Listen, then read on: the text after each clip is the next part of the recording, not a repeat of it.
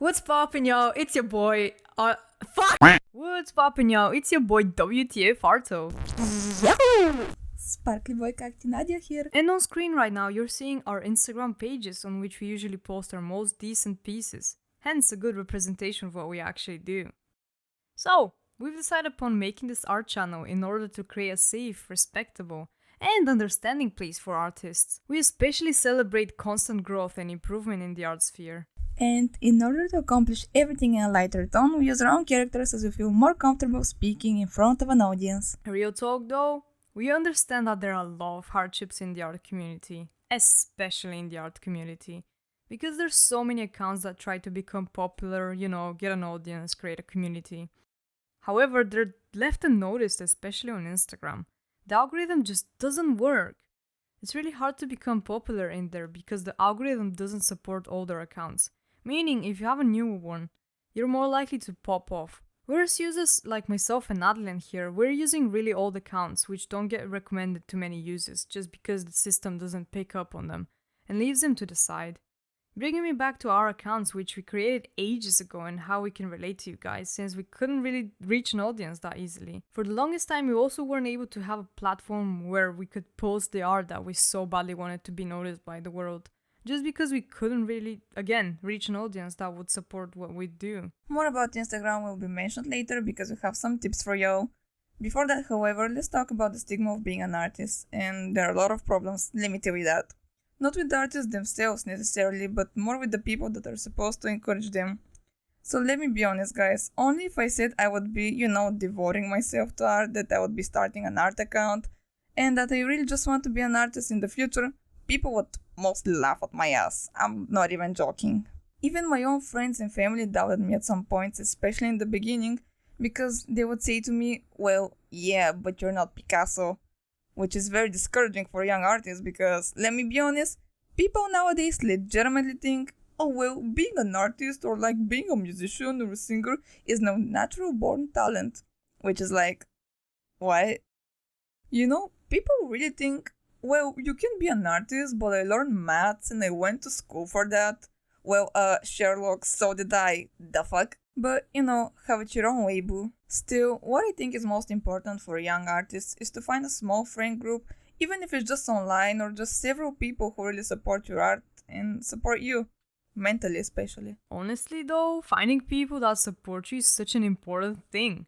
Because if you're not supported even in your own household or by your friends, you can find someone out there, There are a lot of communities online, especially on Twitter, Instagram, and even on Facebook for all I know. There are people out there that will be nice to you, tell you criticism on what to improve and whatnot. Something that Nadlian forgot to mention actually, that I'm going to focus on as well, is your people not showing you appreciation for your work.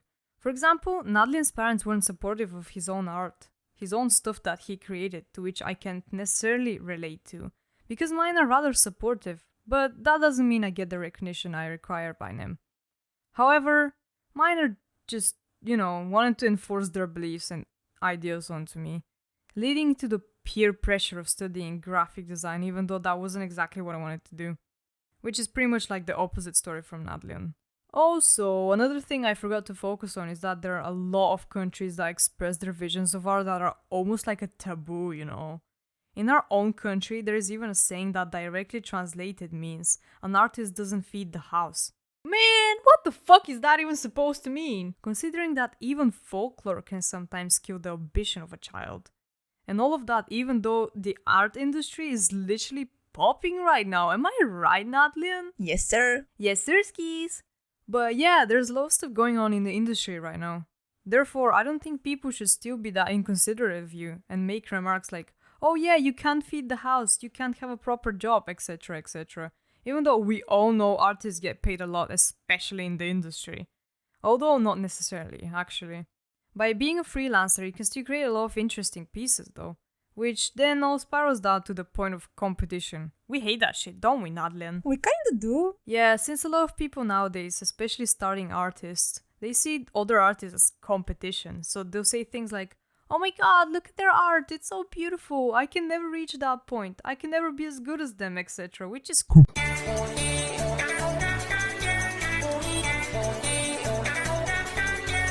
Which is complete bullshit if you ask me. Ah, yes, especially in the beginning. When I was starting out being a self-taught artist, I would always, almost every day, every hour, every time I drank Pepsi, I would tell myself, girl, you is not good enough. You will never be that artist. You will never be even close to that artist. You know what I would say to my younger self right now? Yeah, that might be true because both of you are in two whole different worlds. And I'm not talking about them being better because, okay, they could have been better at anatomy, shading, etc. But as long as you put down the work and hours or just the love and effort in the work, you'll see results. I'm saying that because now when I think about me literally crying because I wasn't quote unquote good enough, I can just laugh because it wasn't true. It's not true, you just gotta put down the hours, as I said. Practice. And that competition should be an inspiration actually, rather than competition. You should take your favorite artist's work and turn it into something you see as inspiration. The moment you realize they're not your competitors, but rather someone you can look up to, you'll find out that it's actually very helpful to... I forgot where I was going with this. Do you want me to continue? Yes, thank you. Alright, just like Nadlian was saying, a lot of artists, including myself, have fallen victim to comparing themselves to others. Like, I wouldn't be just jealous, but rather annoyed that I wasn't capable of reaching the heights of level that I really wanted to reach. But then the problem with me is that I wasn't really focused on practicing much, and I wanted to just magically get good and hope for the best. We all know it doesn't work like that. It wasn't that I just realized I was doing everything wrong. I was doing everything wrong. Constantly. Just constantly. Man, I just had to get out of it. And now I don't even look at artists the same way. I just follow so many different artists on both Instagram and Twitter. And constantly just admire their work and think to myself, damn! I'm gonna be as good as them one day. Which is what really keeps me going and wanting to draw more and more almost every single day. Something really important I forgot to actually mention because I'm quite blonde. I'm sorry. Anyways, child, so something he mentioned really stood out to me now, and I just realized it.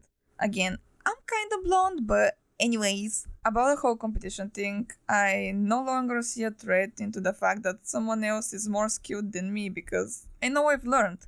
The moment I actually subconsciously realized that years ago, I started putting down the work. I stopped caring about other people's work and I started focusing more on mine. Because if I had to be honest, in the beginning it was more of a hobby for me and I would draw just once or twice a week and it was just crappy. It was poopy pants, it was ugly. Oh my fucking god. And now I draw for around 3 or 4 hours a day at the very least. It might not be showing right now, but in a year or two, girl, it's gonna show. That whole thing aside, even if you're not supported by family or friends, there's a whole other world out there and there are tons of lovely people online that will support you through hardships. And most importantly, we're here for you. Comments, DMs, we'll be there. You can always trust us without a doubt. There was no one there for us when we started out and we want to be here for you guys. As artists, we're here to teach and learn from one another. The last topic we wanted to cover for today is tips and advice for you guys actually. The one we can mostly cover though is how to grow your Instagram account. Very ironic for us to see as our accounts aren't actually that big. Because that's our main platform that we thrive in. We're pretty much mostly educated on it because who the fuck knows how to grow an account on Twitter? Or fucking Facebook, as I mentioned it before. Who the fuck uses Facebook? Actually, short story time, you know who's got a Facebook page? Me.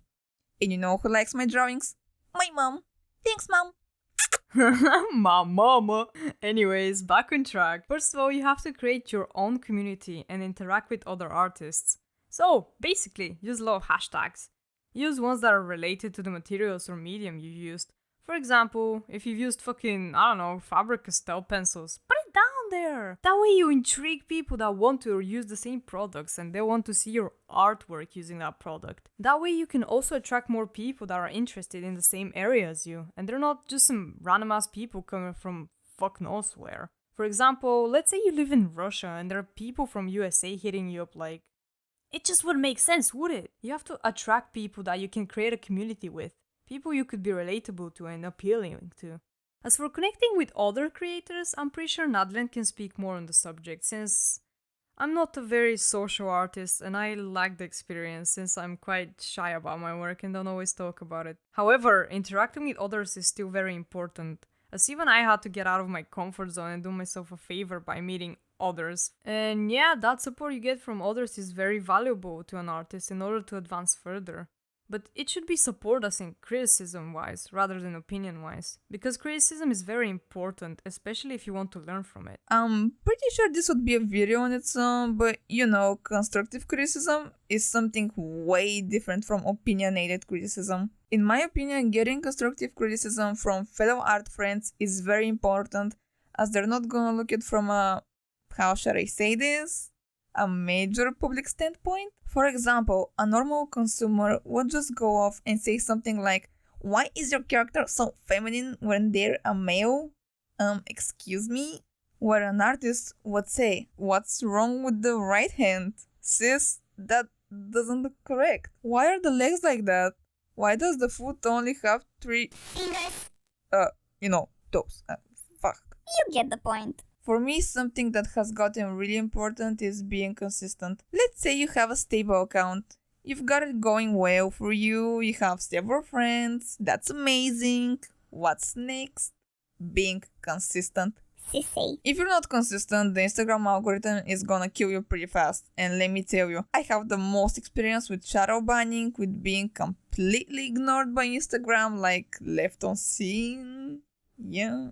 First of all, my Instagram account is at least 5 years old, which was my first mistake, making my art account back then. I used to think I was the best artist at the time, and girl, I was a delulu. Mistake number 1, using an old account. Reusing an old account as your current art account is the biggest mistake. Mistake number 2, having an absolutely chaotic schedule to post. I used to post things in January and then you see me come back in December like, "Hi, I'm not dead, guys, how are you?" And then everyone is just married with 5 babies, 6 divorces, divorces. I don't know. And now for the last 1 year, let's be realistic, I've made myself a schedule where I would post at least once a week, except when I'm just sick, gone, or rewatching RuPaul's Drag Race. But yeah, post once, twice a week, hype up your art friends, comment, like and share their work on your stories, and be supportive, because in the end, when they see you do that, they'll go, "Oh, you know what? Cacti Nadia actually liked my posts, let me check out their new drawings as well." And that helps a lot. Yes, Sirski! What Nadlian just talked about is something very important. But then again, something else that could be noticed is motivation. You know how he said, "Oh yeah, I used to have a really messed up schedule for posting, etc." You have to be consistent in that, which is creating work every now and then. Even if you don't create something new every single day, you can get motivated by just doing something. Nadlian used to say to me, "Just sit down and draw something for 5 minutes." But we all know it's not gonna be just 5 minutes, That's how you just get tied into it. So, working hard equals results, which then leads to motivation. And that motivation equals to working hard again. It's just a closed cycle that goes on and on. You have to create things in order to create more, and then get motivated, and then in the process create more, and then more. That's how you outdo yourself, because you have to be out there and create stuff for yourself. Not for others, but for yourself. But yeah, to summarize it, you just pretty much have to work more in order to keep getting motivated.